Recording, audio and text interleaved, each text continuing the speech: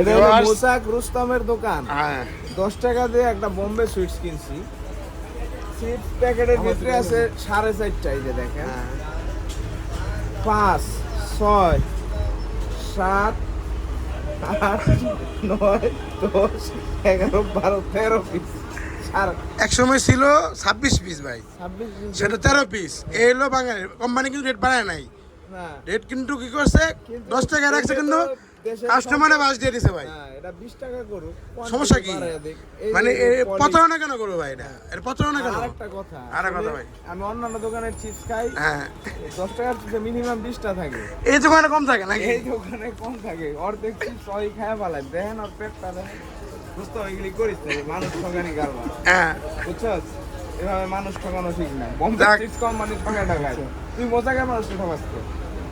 এই বাদ দে, কাস্টমাইজ করে চিপস আনে, বুঝছেন? এখন আমার একটা কথা আছে, চিপস কে খায়া কি 13 পিস রাখছে না বম্বে কোম্পানি ভাই, 13 পিস রাখছে ভাই।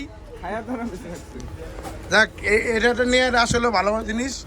বম্বে কোম্পানি উচিত এগুলা ঠকানি ব্যবসা না করা মানুষের, যখন রেট বাড়া দেন, কিন্তু ঠকাবেন কেন? মানুষ তো মানুষের তো এরকম করলে হবে না।